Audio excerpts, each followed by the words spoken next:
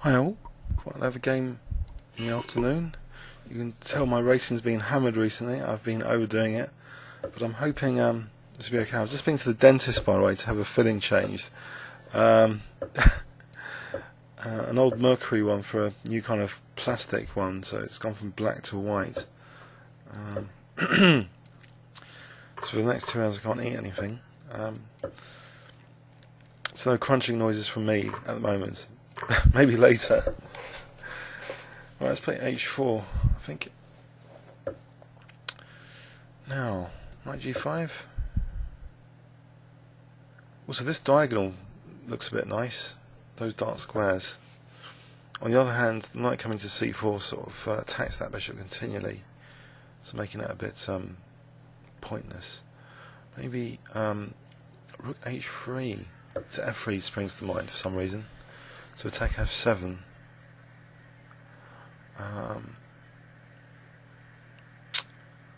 Set a problem there. Okay, so Rook H3, there's Knight H6, and it would seem to be an easily solved problem.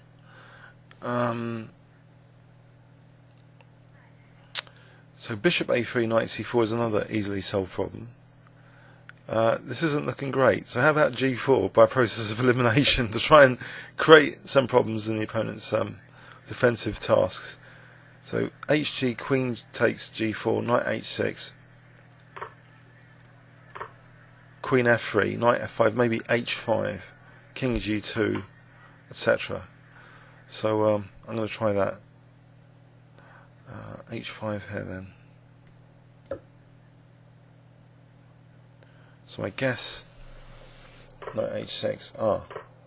Okay. This gives me an attack on F7 at the moment. If Rook F8, Bishop A3. So is he going to play F6? Bishop A3. I mean, I've got him on the F7 pawn.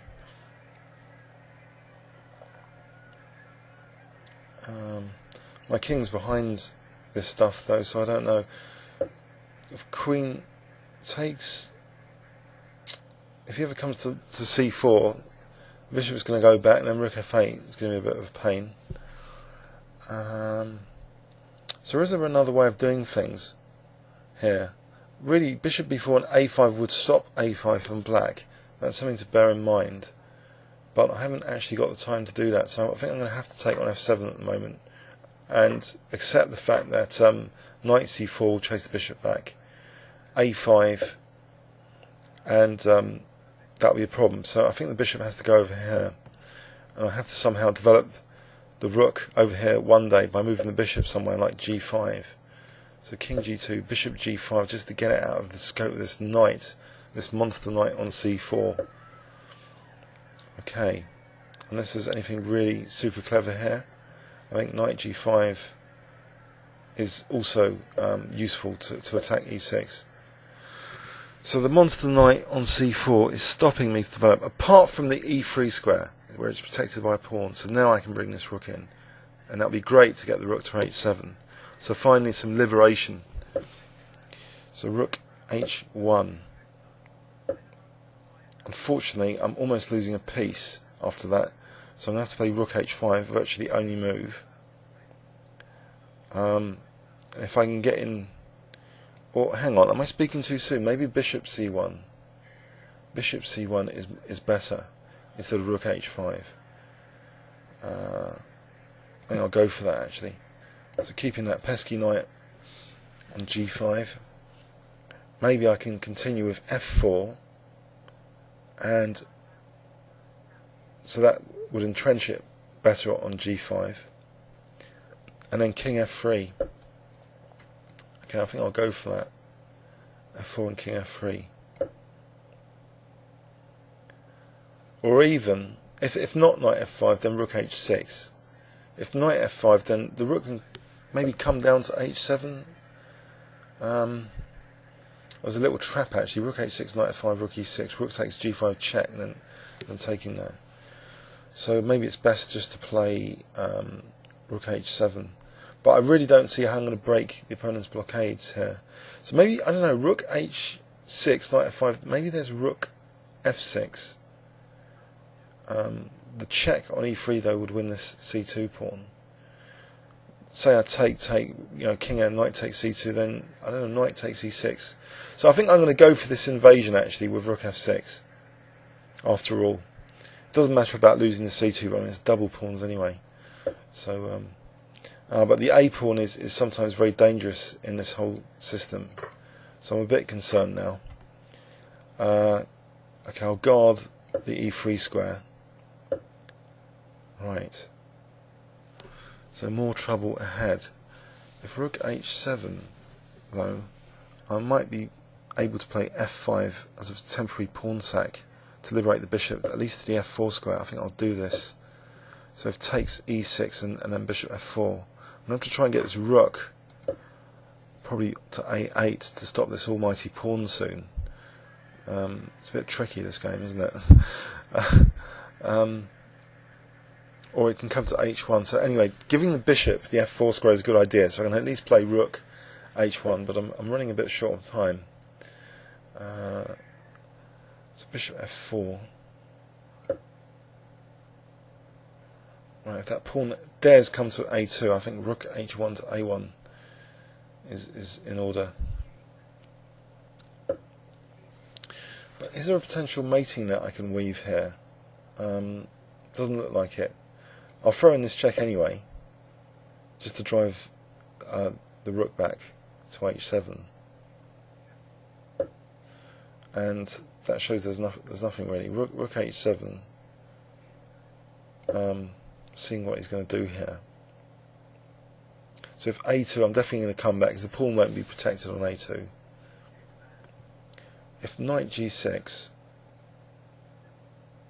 Again, oh, rook a7, so that would be nice. Knight g6, rook a7. So maybe I'll be getting somewhere, because I'm now threatening like rook a8. Mates, in fact. That's pretty useful. So knight takes f4. Oh, here is...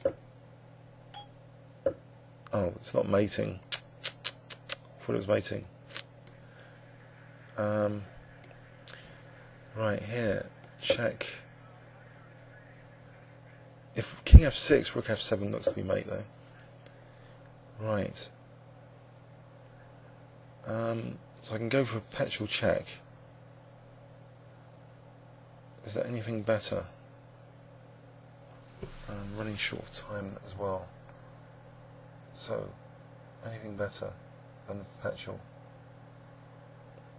What about bishop e5 or bishop d6? No. Can't really see anything.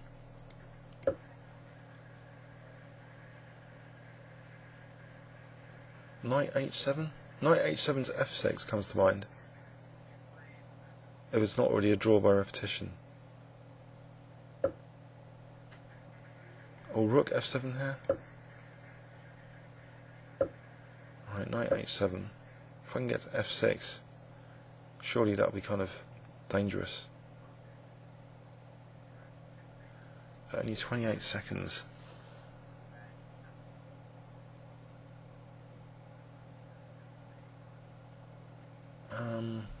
Bishop g5 is also interesting, so then I could threaten. It was interesting. I'll play this intermediary check or not. Okay, I'll play that intermediary check. Actually, e7. Rook f8, queening.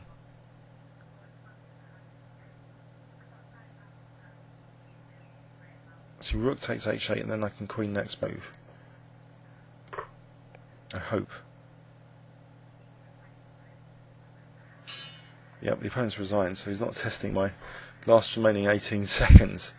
So a bit of a tense game. I have felt more relaxed in this game. A bit of relaxation has paid off earlier in the day. But it was a very tricky game, that knight on c4. Has to be said, and black's potential to create the passed pawn in this variation can't be underestimated.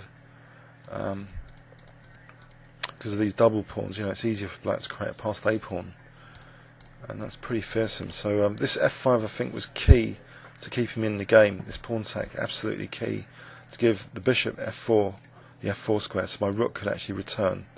Because this mighty knight on c4. So I had some chances now, and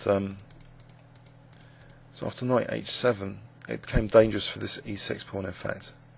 Very dangerous. Hope you enjoyed that one. Please leave any comments or questions on YouTube. Thanks very much.